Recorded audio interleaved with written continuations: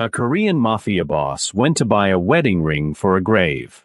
On his way, he saw a Please, I woman need holding help. a Take my sign that baby. said $15. What? Are you serious? You Take my can't do baby. that? When he looked closer, his blood ran Please, I cold. need help. That Take baby my had baby. his eyes. And What? the woman Are holding you her was the serious? same You woman can't who'd saved do his life that. a year ago and disappeared without a trace. Hi, welcome in. This is a story that'll make you question everything you think you know about fate, responsibility, and the price of survival. I'm going to tell you about a woman who had everything and lost it all in 72 hours. About a man whose power couldn't protect the one person he loved. And about a baby who became the bridge between two broken souls who thought they'd never see each other again. Let me just say this up front. A Korean mafia boss went to buy a wedding ring for a grave. On his way, he saw a woman holding a sign that said $15, take my baby. When he looked closer, his blood ran cold. That baby had his eyes. And the woman holding her was the same woman who'd saved his life a year ago and disappeared without a trace. This isn't just a story about coincidence.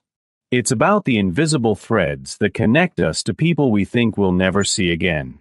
It's about what happens when desperation meets responsibility, when shame meets recognition, and when two people who survived their own separate hells suddenly have to face each other in the most devastating way possible.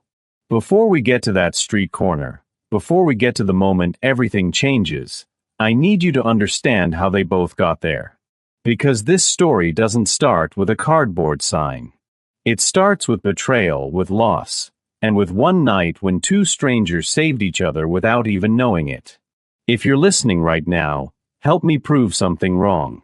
My mother said I wouldn't even reach 10,000 subscribers, but I believe stories like this deserve to be heard. Help me show her that these tales matter. Let's begin. You can smell desperation the way you can smell rain before it falls. Something heavy hanging in the air. Something inevitable. Something that makes your skin prickle with the knowledge that everything is about to change, even if you don't want it to. Chioma Obi stood on the corner of 5th and Madison with a piece of cardboard in her trembling hands. She'd made the sign that morning using a Sharpie she'd stolen from a convenience store, her hand shaking so badly the letters came out uneven. Some of them were bleeding where her tears had smudged the marker before the ink could dry. The message was simple, brutal, impossible to misunderstand. $15. Take my baby. Elena slept against her chest. 1 year old, warm and trusting in a way that made Chioma's shame burn hotter than the cold November wind cutting through her threadbare jacket. The baby's weight felt both familiar and foreign, like carrying proof of every mistake she'd ever made wrapped in a pink onesie that was too small now, the sleeves riding up on Elena's tiny wrists because Chioma couldn't afford to buy new clothes. The city moved around them with practiced indifference. Car horns blaring in that aggressive rhythm that said, "Get out of my way. I have places to be. Your problems are not my problems." Distant sirens wailing like the city itself was crying. The mechanical whir of traffic that never quite stops, even when your world has completely fallen apart. Even when you're standing on a corner trying to sell your child for less than the cost of a pizza. Nobody looked directly at them. That was the thing Chioma had learned about being invisible.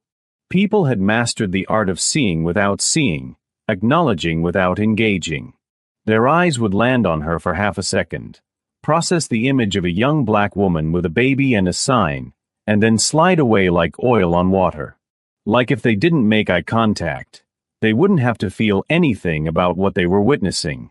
A businessman in a pressed suit glanced over, his face doing that quick calculation that said, "I see you, I pity you, I'm not stopping, I have a meeting."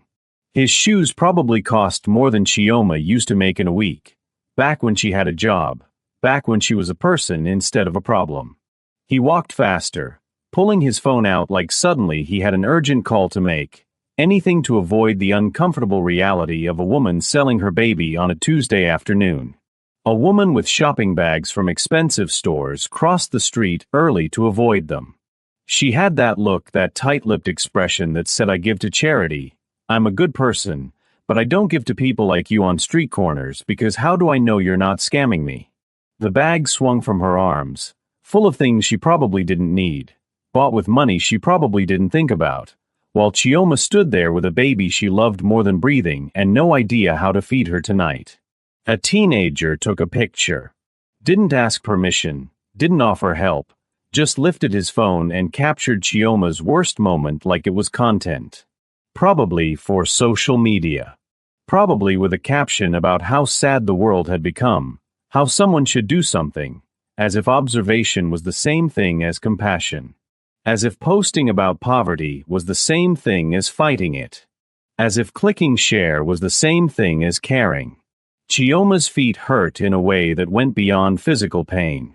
The pavement was cold through the worn soles of her shoes, shoes that used to be expensive before she'd walked them into the ground looking for work that never came. She'd bought them 3 years ago, back when she had a salary and an office and a future. They'd been cream-colored once, soft leather with a modest heel that said professional but not trying too hard. Now they were gray with street grime, the heels worn down to nubs, one of them splitting along the side where the sole was separating from the upper. Her jacket had holes in both elbows. Not the fashionable kind, not the artfully distressed look that people paid extra for in boutiques. The kind that said this person has run out of options. This person has been wearing the same clothes for months. This person is hanging on by a thread and that thread is fraying fast. How did I get here, she thought, but she knew. She knew exactly how. The path from corner office to street corner wasn't as long as people wanted to believe. It was just a series of doors closing, one after another, each one slamming a little bit harder, until you were standing outside in the cold with nowhere left to go and no one left to call. If you're wondering how a mother could hold that sign, if you're judging her right now, if you're thinking I could never, I would never, I'd find another way, I need you to understand something. Desperation doesn't ask for your approval. It doesn't care about your moral high ground or your theories about what you do in that situation. When you've been hungry for days and your child is crying and every single system designed to help you has failed, when the shelters are full and the food pantries are empty and the job applications go into a void and nobody calls you back, you start thinking about the unthinkable. You start measuring the value of dignity against the weight of survival. You start doing math in your head that makes you hate yourself. $15 would buy formula, maybe diapers, maybe a hot meal that she could eat half of and save half for tomorrow. $15 was more than she had in her pocket right now, which was nothing. Less than nothing, actually, because she owed money to people who'd stopped being patient about a month ago. And sometimes, when you're standing on that corner with your baby and your sign and your shame, survival wins. It just wins. Not because you're weak, but because you're human, and humans break when you push them hard enough. When you apply enough pressure to enough points, something has to give. For Chioma, what gave was the belief that she could do this alone, that she could somehow pull herself up by bootstraps she didn't even have anymore. Elena stirred against her chest, making that little sound she made when she was about to wake up. A soft mewling like a kitten. Chioma bounced gently, automatically, her body knowing what to do even when her mind was somewhere else. Somewhere dark. Somewhere that whispered maybe someone would take her, someone who could feed her, someone who could give her the life I can't. The thought made her stomach twist. Made her want to throw up. Made her want to run, but where would she run to?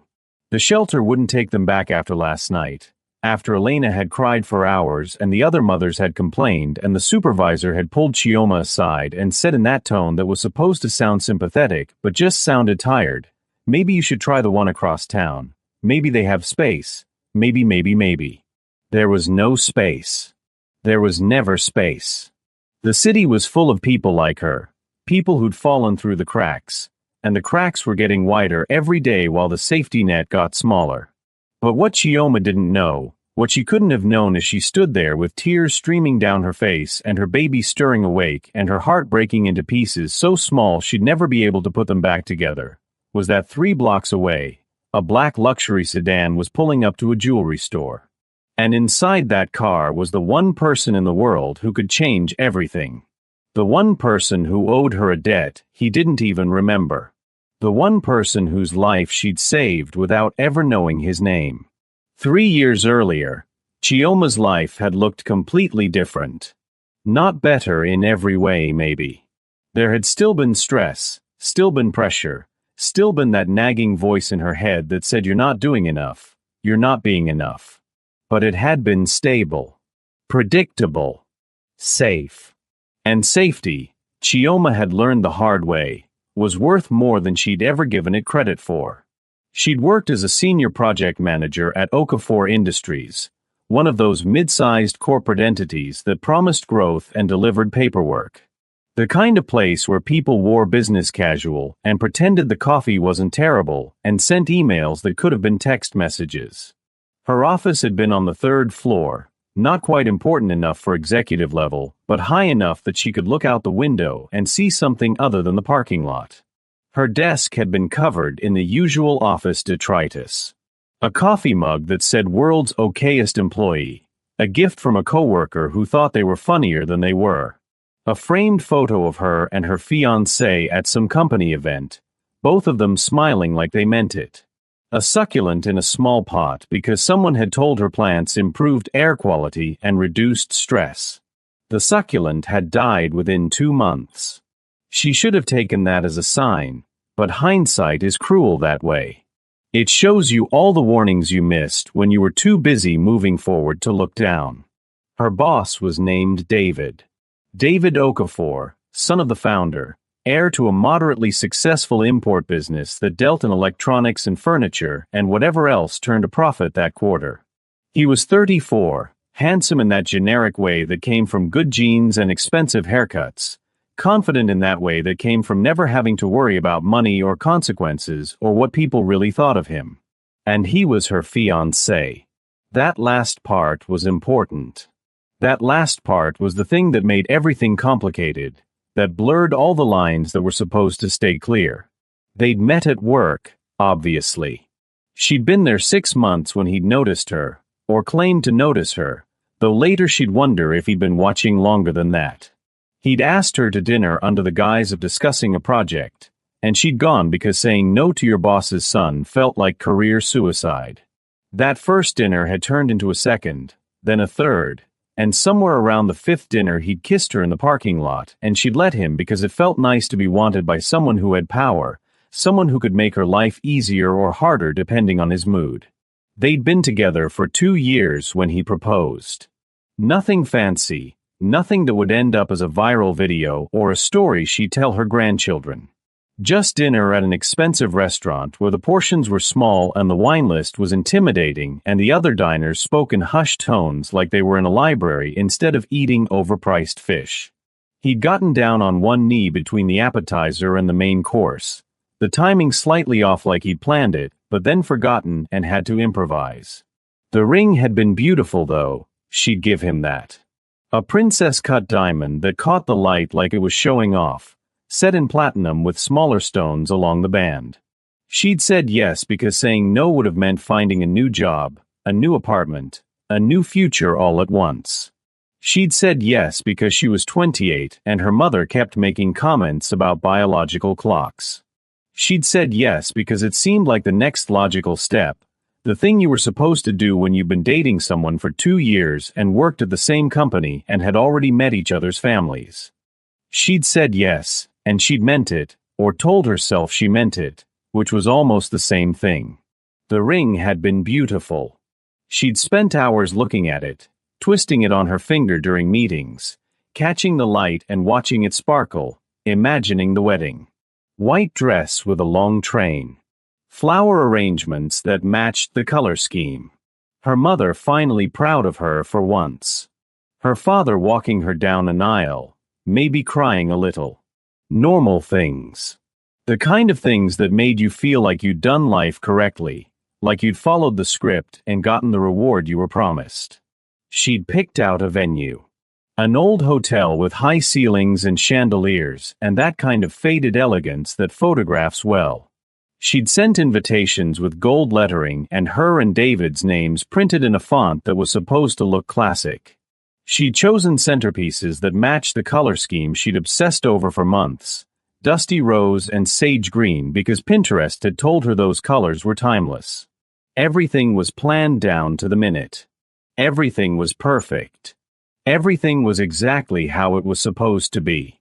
Until 5 days before the wedding, David came home early from work with that look on his face. The look that said, "I've already made a decision, and I'm just here to tell you about it." The look that said, "This conversation is a formality, not a discussion." And that's when Chioma's carefully constructed future started to crumble. But before we see how it fell apart, before we watch her lose everything she'd built, I need to tell you about the man in the black car. Because his story was falling apart too, just in a completely different way. And soon, very soon, these two broken stories would crash into each other in a way that neither of them could have predicted. The club had been too loud, the drinks too strong, the pain too immediate. Chioma had gone there to forget, to drown in bass drops and strangers' faces and anything that wasn't the empty apartment where she'd been living alone for 3 days. David had broken up with her. Just like that. 5 days before the wedding, he'd walked into their shared apartment and said, "I can't do this. I'm sorry, it's not you, it's me."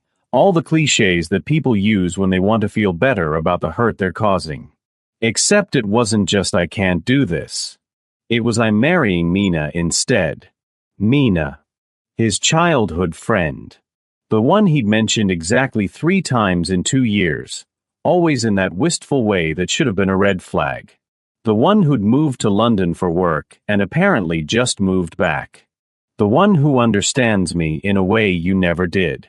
Those had been his exact words, and they'd cut deeper than the breakup itself because they meant Chioma hadn't just lost him.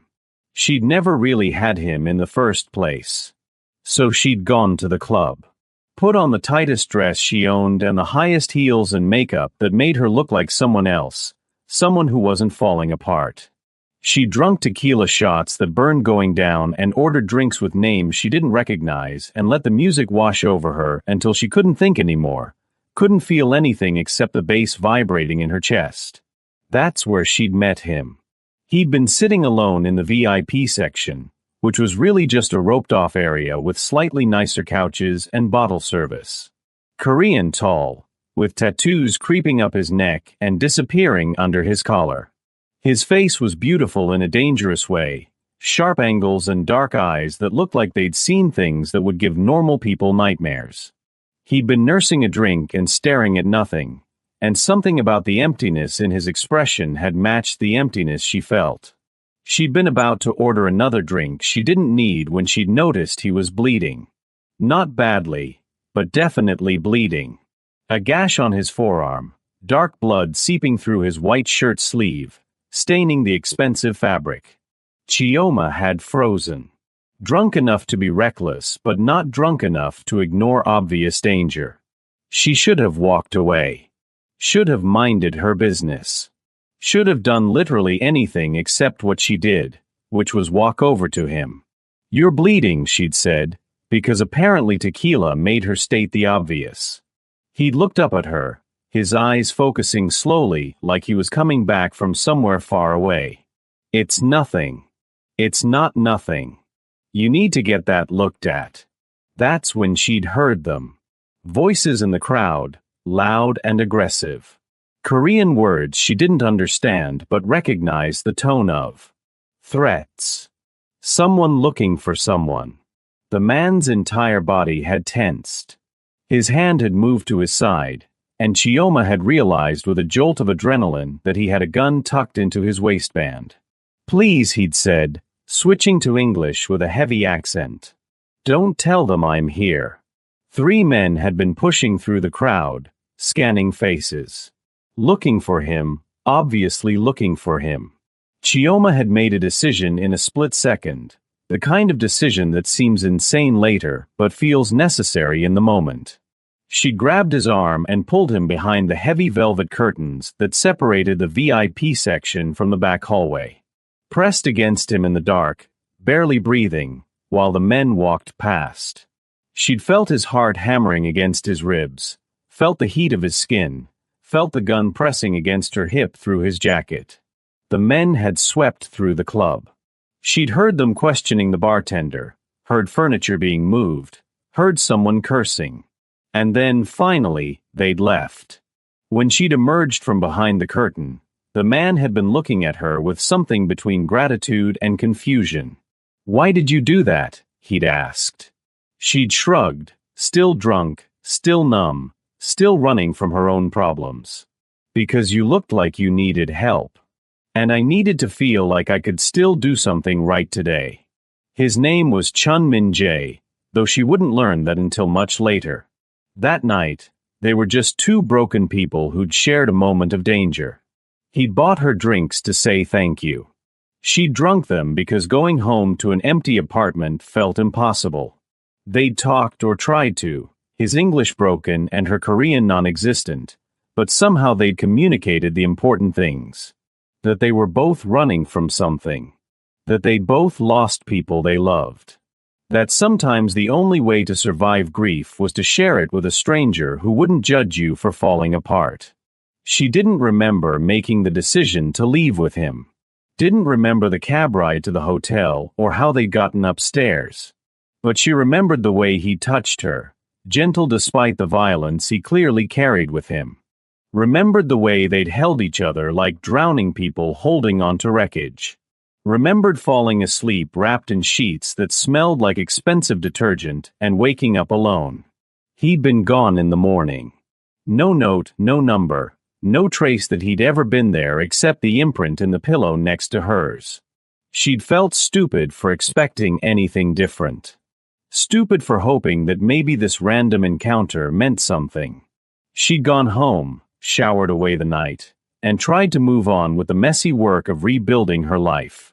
For weeks later, she'd missed her period. And that's when everything got so much worse. Chioma had stared at the pregnancy test for a full 10 minutes, watching the two pink lines like they might disappear if she looked at them long enough. They didn't disappear. They just sat there, bold and undeniable, mocking her for thinking her life couldn't possibly get any worse. She was pregnant. Pregnant from a one-night stand with a stranger whose name she didn't know, whose face she could barely remember through the tequila haze. Pregnant when she'd just been dumped 5 days before her wedding. Pregnant when she was emotionally and financially unprepared for literally anything, let alone a baby. She'd cried in the bathroom of her new apartment, the tiny studio she'd moved into after David had so generously let her keep her job, but asked her to move out of their shared place because Mina was moving in. She'd cried until her face was swollen and her throat hurt and she'd run out of tears. Then she'd pulled herself together, washed her face, and tried to figure out what to do. She couldn't keep it. That had been her first thought. She had no money saved, a job that barely covered her new rent, no partner, no support system. She'd made an appointment at a clinic, sat in the waiting room with the paperwork in her lap, and stared at the wall for 20 minutes before walking out. She couldn't explain why. Some combination of fear and hope and that voice in her head that said maybe this is your chance at something that's actually yours, something that won't leave you. She'd been 4 months along, just starting to show, when David had called her into his office. "Chioma, we need to talk," he'd said, and her stomach had dropped because she knew that tone. That was his "I'm about to make your life difficult" tone. She'd sat down in the chair across from his desk, the same chair she'd sat in dozens of times for project meetings, and waited. "I've been thinking," he'd said, leaning back in his expensive ergonomic office chair. "About us. About everything that happened." "Okay," she'd said carefully. "I made a mistake. I realize that now. Mina and it's not what I thought it would be. She's too demanding, too clingy. I miss what we had. I miss you." Chioma had felt something stir in her chest. Hope, maybe. Or just the desperate need to not be alone in this. "I want to try again," he'd continued. "I want us to get married. Maybe not right away, but soon. We can start over. I can make this right. She should have said no. Should have told him to go to hell. Should have stood up and walked out with her dignity intact. But she was 4 months pregnant with nowhere to turn and no one to call, and he was offering her a life raft. So she'd said yes. Yes, with conditions she didn't say out loud. Yes, with a desperate hope that maybe she could hide the pregnancy long enough to figure something out. Yes, because hope, even false hope, felt better than the alternative. For 2 months, she'd worn loose clothing, had avoided him touching her stomach, had made excuses about why she couldn't meet his family yet, had prayed that somehow, miraculously, this would work out. It hadn't worked out. He'd found the ultrasound photo in her purse. She'd been 6 months pregnant by then, undeniably showing despite the baggy clothes. She'd come back from lunch to find him in the break room, holding the black and white image of her baby, his face twisted with rage. "You're pregnant," he'd said. Not a question. An accusation. "Yes," she'd started to say, her voice shaking. "I can explain."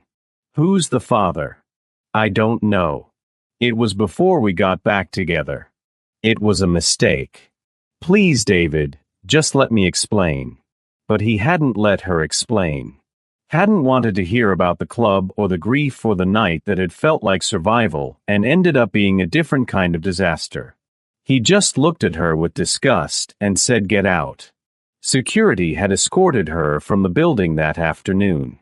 She'd cleaned out her desk while people watched, whispered, judged. Had handed in her badge and her laptop and her keys.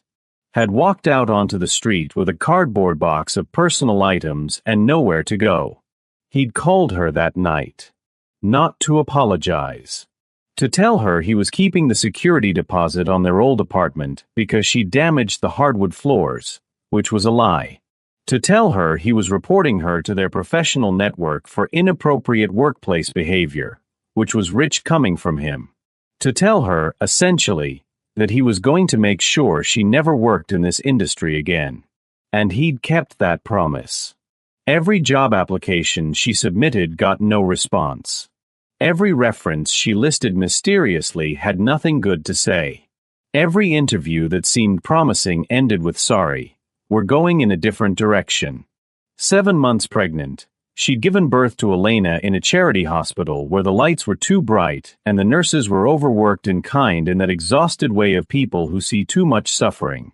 She'd held her baby girl and cried because Elena was perfect, absolutely perfect, and she had no idea how to take care of her. That was a year ago. And every day since then had been a lesson in how quickly you can fall when there's no one to catch you. Elena's first year of life had been a masterclass in survival. Not the inspirational kind that gets made into movies. The brutal kind that leaves scars you can't see. Chioma had tried everything.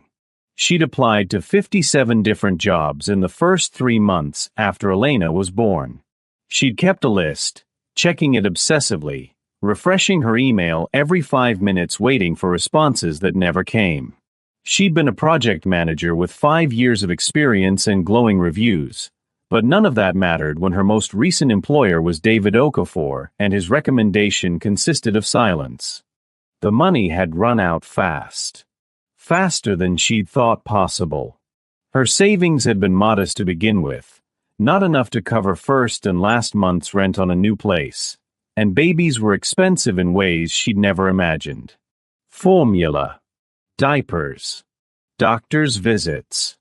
The costs added up like water rising in a sinking ship, and she'd bailed as fast as she could, but it wasn't enough. She'd lost her apartment after 3 months. The landlord had been sympathetic at first, then firm, then legally required to evict her. She'd moved to a shelter, one of those places that smelled like industrial cleaner and desperation, where families slept in rows of cots and you had to be out by 7 in the morning and back by 6 in the evening or you lost your spot. The shelter had rules. No crying babies after 10 p.m. No taking up more than your allotted space. No complaining about the food or the conditions or the fact that you were sharing a bathroom with 40 other people. Chioma had tried to follow them all. Had walked the streets during the day with Elena in a carrier, going to the library for warmth, to parks when the weather was nice, to coffee shops where she'd nurse a single cup of tea for hours pretending she had somewhere to be. Her family had stopped answering her calls after the first month. Her mother had said, "I warned you about getting involved with your boss," as if she'd predicted this exact scenario. Her father had said, "You made your bed, now lie in it," as if she'd chosen to get pregnant and abandoned and homeless. Her siblings had their own lives, their own problems, their own reasons for not wanting to be associated with someone who'd fallen so far so fast. Friends became ghosts. The ones she'd had at work disappeared when she was fired. The ones from before, college friends and high school acquaintances, drifted away when her social media posts went from brunch photos to desperate requests for job leads. People had a limited tolerance for other people's suffering, she'd learned. They'd say, "I'm here for you," and mean it, until being there required actual effort. Elena had gotten sick at 7 months old. A fever that spiked to 103 degrees. Chioma had taken her to the emergency room, had waited for 6 hours in a plastic chair while her baby cried and burned. The doctors had been kind but rushed. It was just a virus, they'd said. Keep her hydrated. Give her infant acetaminophen. Bring her back if it gets worse. The bill had been $800. Chioma had stared at it and laughed, actually laughed, because what was $800 when you had $7 in your bank account? What did debt matter when you were already drowning? She'd tried temp agencies. They'd said they'd call. They hadn't called. She'd tried retail. They'd said they were looking for someone with more availability, which was code for someone without a baby. She'd tried everything she could think of, and every door had closed in her face. The shelter had kicked them out after Elena had cried through the night one too many times. The supervisor had been apologetic but firm. "We have other families to think about," she'd said. "Maybe try the one across town." The one across town had been full. So had the one after that. And the one after that. They'd started sleeping in the library bathroom. It was cleaner than the street, warmer than the park benches, and if Chioma got there early enough in the morning, she could clean them both up before anyone noticed. She'd gotten good at being invisible, at moving through spaces without drawing attention, at making herself and Elena small enough to fit into the cracks of a city that had no room for them. Food pantries had lines that wrapped around blocks. Churches gave out meals, but only at certain times, and if you were late, you were out of luck. Chioma had learned to time their days around food, around warmth, around the basic necessities of keeping Elena alive and herself functional enough to keep trying. Elena's first birthday had passed in that library bathroom. Chioma had sung Happy Birthday in a whisper, had cried while Elena played with a toy someone had left behind, had promised her daughter that things would get better even though she didn't believe it anymore. That was 3 days ago. And this morning, staring at her daughter's face, hollow-cheeked and too thin despite Chioma giving her every bite of food they managed to get, something in Chioma had broken. Not dramatically. Not all at once. Just a quiet snap, like a thread pulled too tight for too long. She'd thought, this is no life for her. She deserves better than this. Better than a mother who can't feed her, can't house her, can't do anything except love her and drag her deeper into poverty. The sign had been a last resort. A desperate attempt to give Elena what Chioma couldn't. A life. Any life. Any life but this one. And that's how she'd ended up on the corner of 5th and Madison, holding a piece of cardboard and hating herself more than she'd thought was possible to hate another human being. Chun Min-jae adjusted the cuffs of his silver suit jacket as his driver navigated through downtown traffic. The suit was custom-tailored, Italian silk with hand-stitched details that most people wouldn't notice, but that cost more than what some families made in 6 months. His watch was Swiss, complicated enough that it showed the time in 3 time zones and the phases of the moon. His shoes were polished to a mirror shine. He looked like success, looked like power, looked like a man who had everything under control. He felt like he was drowning. The ring box sat heavy in his pocket. White gold with a princess-cut diamond, 3 carats, flawless clarity. Beautiful and utterly meaningless now. He'd commissioned it 3 years ago, right before Ji-woo died, planning to propose on her birthday. The ring had sat in his safe ever since, a symbol of a future that had been stolen from him. Today he was finally going to do something with it. Not propose, obviously. Ji-woo was dead, killed by rivals who'd wanted to send him a message about overstepping boundaries. They'd succeeded.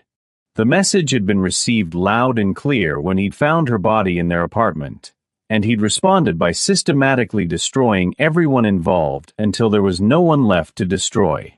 But the ring had stayed in his safe. A reminder. A guilt. A what if. He decided this morning, on what would have been their 5th anniversary, to bury it with her. To finally let go of the ghost he'd been carrying. To maybe possibly try to move on with some kind of life that didn't revolve entirely around violence and revenge and the gaping hole where his heart used to be. The jewelry store was in the Diamond District, surrounded by other expensive shops selling expensive things to expensive people. His driver pulled up to the curb, and Chun prepared to step out, to go inside and have the ring engraved with something meaningful, something that would matter only to him and the grave he'd visit later today. "Boss," his bodyguard said suddenly from the front seat. His name was Han, mid-30s, loyal to a fault, had been with Chun for 7 years. "Boss, look." Chun followed his gaze to the street corner across from them. At first he didn't understand what he was looking at. A woman. A baby. Some kind of sign. Nothing unusual in a city full of desperate people. Then his brain processed the words on the sign. $15. Take my baby. His stomach twisted. He'd seen a lot of terrible things in his line of work. Had done a lot of terrible things. But there was something about the raw desperation of that sign that cut through his carefully maintained armor. "Boss," Han said again, his voice strange. "Boss, that baby. Look at her face." Chun looked. The baby was sleeping, her face visible despite being pressed against the woman's chest. Dark hair. Olive skin. Features that looked familiar in a way that made his chest tighten. Features that looked like his. He stared at the baby, his mind racing through possibilities and impossibilities. It couldn't be. The chances were astronomical. But the longer he looked, the more certain he became. That baby looked exactly like his baby pictures, the ones his mother had kept in albums that he'd looked through exactly once and then never again because seeing himself that young and innocent felt like looking at a stranger. And the woman. Something about her was familiar too. Chun couldn't place it at first, his mind flipping through faces and encounters trying to match her to someone he knew. Then it hit him like a physical blow. The club. A year ago. The night he'd been running from Park's men after a deal had gone bad. He'd been shot, bleeding, cornered in a VIP section, and a woman had hidden him. Had pulled him behind a curtain and stood in front of the assassins and played drunk convincingly enough that they'd moved on. He'd bought her drinks to say thank you. They'd talked, though he barely remembered what about. Then they'd gone to a hotel room, and he'd left before she woke up because getting attached to people got them killed, as Jiwoo had proven so definitively. That woman. The one on the corner holding the sign. That was her. And the baby with his eyes and his nose and his chin was wearing a pink onesie and sleeping against her chest, completely unaware that her mother was trying to sell her for the price of a cheap meal. Drive across the street, Chun said, his voice coming out harder than he intended. Now. Boss, are you sure? Now. The car pulled a U-turn, cutting off traffic, drawing angry honks that Chun ignored. They pulled up to the curb beside the woman, and Chun was out of the car before it had fully stopped moving. He crossed the sidewalk in 3 strides, his bodyguards flanking him automatically, creating a perimeter that made passers-by give them a wide berth. The woman looked up as he approached, her face doing something complicated. Recognition, then fear, then shame, then disbelief, cycling through emotions so fast he couldn't track them all. You, she whispered, and her voice was hoarse like she'd been crying. Like she'd been crying for a long time. Chun stopped in front of her, close enough to read every detail. The exhaustion in her face. The hopelessness in her eyes. The way she was holding the baby, protective even now, even while holding a sign that offered to give her away. He knelt. Right there on the dirty sidewalk, ignoring the expensive fabric of his pants, ignoring his bodyguard's confused looks, and read the sign up close. $15. She was selling their daughter for $15. You saved my life, he said quietly, the words coming out in English that felt clumsy on his tongue. That night. The club. You hid me from the men who would have killed me. She just stared at him, tears streaming down her face. I looked for you, he continued. After. I wanted to say thank you. To repay you. But you were gone. I didn't know your name. Didn't know how to find you. He looked at the baby, his daughter, sleeping peacefully against her mother's chest. Reached out slowly, carefully, and touched her tiny hand. Her fingers wrapped around his reflexively, that instinct babies have to hold on to things, to hold on to anyone who reaches for them. What's her name? He asked. Elena, the woman whispered.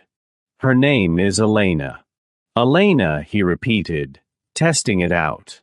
Then he looked back up at the woman, at Chioma, though he didn't know her name yet. And you're selling our daughter for $15. Chioma couldn't breathe. Couldn't think. Couldn't process the fact that the man from that night, the dangerous, beautiful man who disappeared before dawn, was kneeling in front of her on a city sidewalk looking at their daughter like his entire world had just shifted on its axis. I didn't know, she managed to say through the tears. I didn't know how to find you. I didn't even know your name. Chun Min-jae, he said. My name is Chun Min-jae. Chioma, she whispered back. Chioma Obi. They stared at each other, 2 people who'd shared one desperate night and created a life without meaning to, without planning to, without even exchanging contact information. 2 people who'd been broken in different ways and had tried to fix themselves with each other's bodies and had only created more complications. The sign, Chun said, still looking at Elena. Why? And something in the way he asked, not judgmental, just genuinely confused, like he couldn't understand how anyone could get to this point, broke something loose in Chioma. The words came pouring out like a flood breaking through a dam. She told him everything. About David, her fiancé who'd left her for his childhood friend 5 days before their wedding. About going to the club that night to forget, to feel anything other than abandoned. About finding out she was pregnant weeks later. About David taking her back, then destroying her when he found out about the baby. About losing her job, her apartment, her savings. About the shelters that kicked them out and the food pantries with lines too long and the job applications that went nowhere. About the year of watching her daughter get thinner and quieter, while Chioma ran out of options and hope and reasons to believe things would get better. About this morning, when she looked at Elena and thought maybe someone else could give her a better life. Maybe anyone else. Maybe a stranger with $15 and hopefully more love than Chioma had strength left to give. I just wanted her to survive, she finished, her voice breaking. I just wanted her to have a chance. Even if it meant I didn't get to be her mother anymore. Chun listened to all of it without interrupting. His jaw had gotten tighter with every revelation, his hands curling into fists at his sides. When she finished, he was quiet for a long moment. Then he said, "Where is he?" "Who?" "The man who did this. Who took everything from you. Where is he?" Chioma shook her head. "It doesn't matter. What's done is done." "It matters," Chun said, and his voice had taken on an edge that reminded her that he was dangerous, that he'd been running from assassins that night, that his world was not her world and the rules were different there. "It matters very much. But we'll deal with that later." He stood up, his hand still touching Elena's fingers, and looked at Chioma with something she couldn't quite name. Not pity. Not sympathy. Something harder and more honest. "You saved my life that night," he said. "I owe you a debt. In my world, debts are not taken lightly. They are absolute. They are sacred. You gave me my life. I was bleeding, cornered, dead if you hadn't intervened. And you didn't just hide me. You risked yourself. Those men would have killed you too if they'd known." "It was nothing," Chioma started to say, but he cut her off. "It was everything. And now I find out that not only did you save my life, but you've been carrying my daughter for a year. Alone. Suffering. While I had no idea she even existed." He looked at Elena again, and Chioma saw something shift in his expression. Saw him making calculations, coming to decisions, the way powerful people do when they've decided to rearrange the world to fit their needs. "This is what's going to happen," he said. "You're not selling our daughter. Not for $15. Not for $15 million. She's ours. Yours and mine. And I'm going to fix this." "You can't just fix this," Chioma said, her voice coming out sharper than she intended. "You can't just throw money at poverty and make it go away. This isn't your world where problems disappear because you say so." "You're right," he said. "Money doesn't fix everything. But it fixes a lot. And what it doesn't fix, I will fix other ways." He pulled out his phone, made a call in Korean that Chioma couldn't understand. Gave orders that sounded absolute. When he hung up, he looked at her again. "You're coming with me," he said. "Both of you. You're going to tell me everything about the past year. Every detail. Every person who turned you away. Every system that failed you. And then we're going to start fixing it." "I don't want your charity," Chioma said, even though she knew she was in no position to refuse anything. "This isn't charity," Chun said. "This is debt. You saved my life. You gave me a daughter I didn't know existed. I owe you everything. Let me start by giving you back your dignity." He held out his hand. Chioma looked at it. Looked at him. Looked at the black car waiting at the curb and the bodyguard standing at attention and the jewelry store across the street where he'd been heading before his life had intersected with hers again. She looked at Elena, still sleeping, still trusting, still unaware that everything was about to change. Then she took his hand. The car was warm. That was the first thing Chioma noticed. Actually warm, with heated leather seats and climate control, and that new car smell that spoke of money and comfort and a world so different from hers that it might as well have been a different planet. Elena had woken up as soon as they'd gotten inside, her eyes going wide at the unfamiliar surroundings. She'd looked at Chun with curiosity but no fear, that way babies do when they don't yet understand danger. Chun had looked back at her with something Chioma couldn't quite name. Wonder, maybe. Or terror. Or both. The driver hadn't asked questions.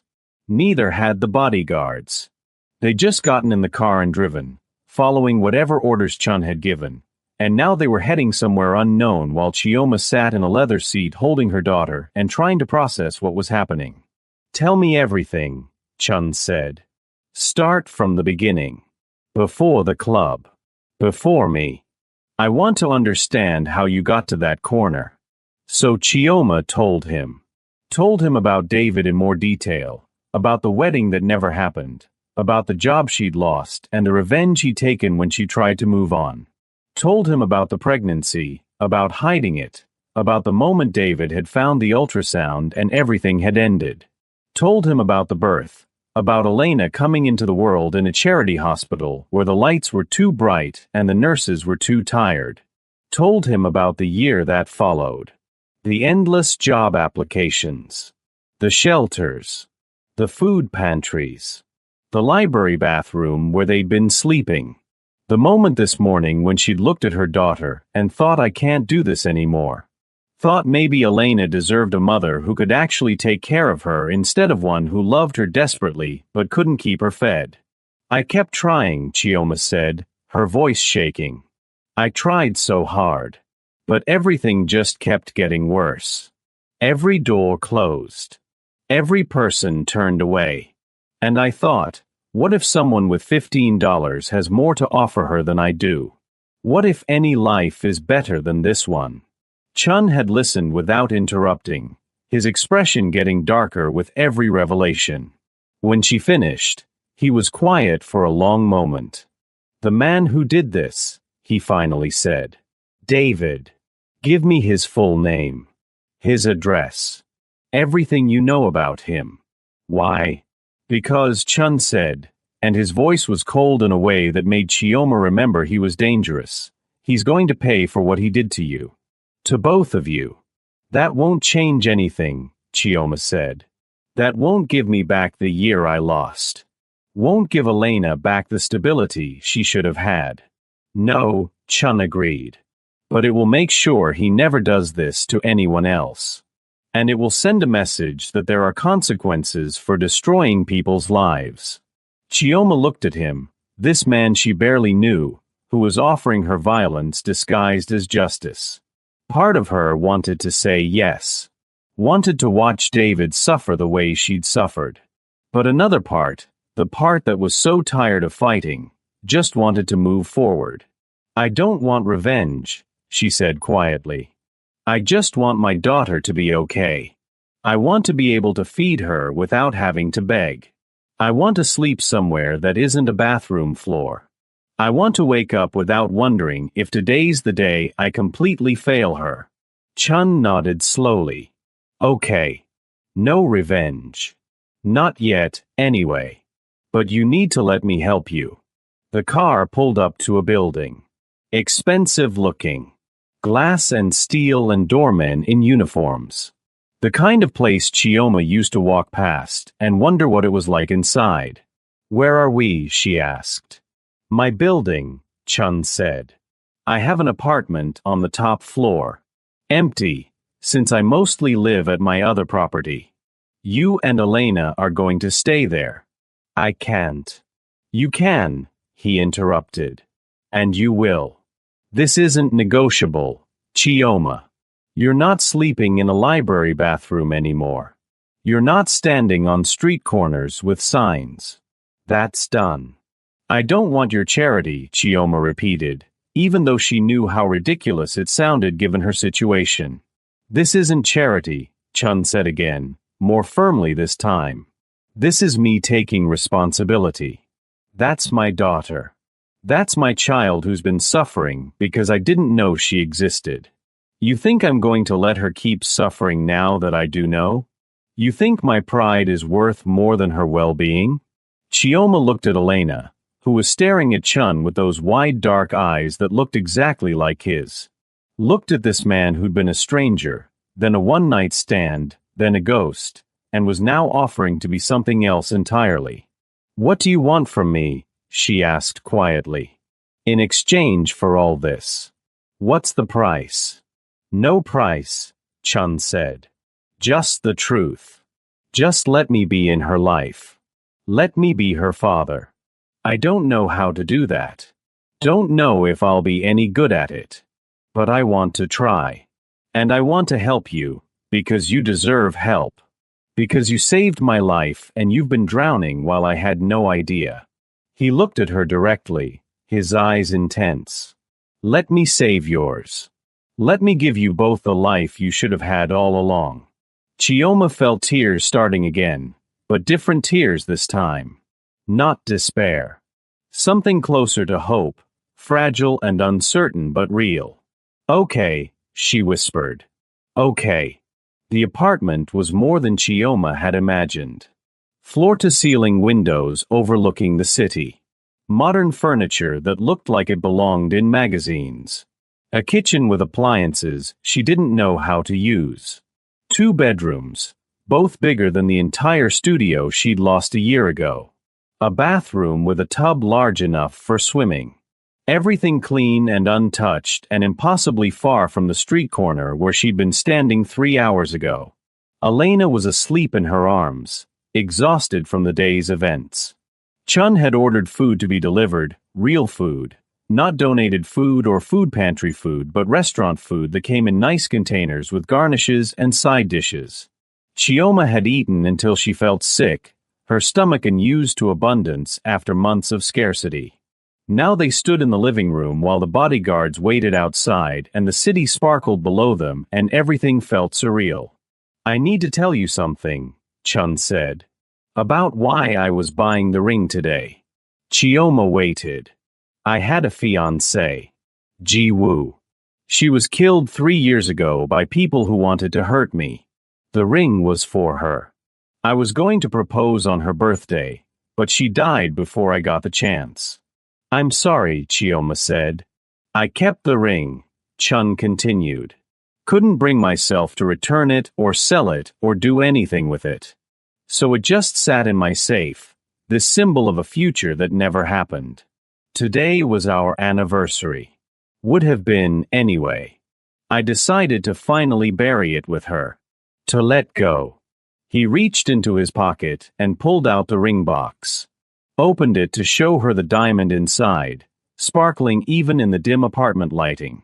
But I don't think that's what it's for anymore, he said. I think maybe this was meant for something else. Someone else. He looked at Chioma. I'm not asking you to marry me. We barely know each other. You've been through hell and I've been absent for all of it. But I am asking you to let me try. To build something with you. Not because of obligation or debt or guilt, but because we have a daughter together and because I want to be part of her life. Part of both your lives. I don't know what that looks like, Chioma said honestly. I don't know how to trust people anymore. Don't know how to believe in futures. That's fair, Chun said. So we'll take it slow. One day at a time. I'll help you get back on your feet.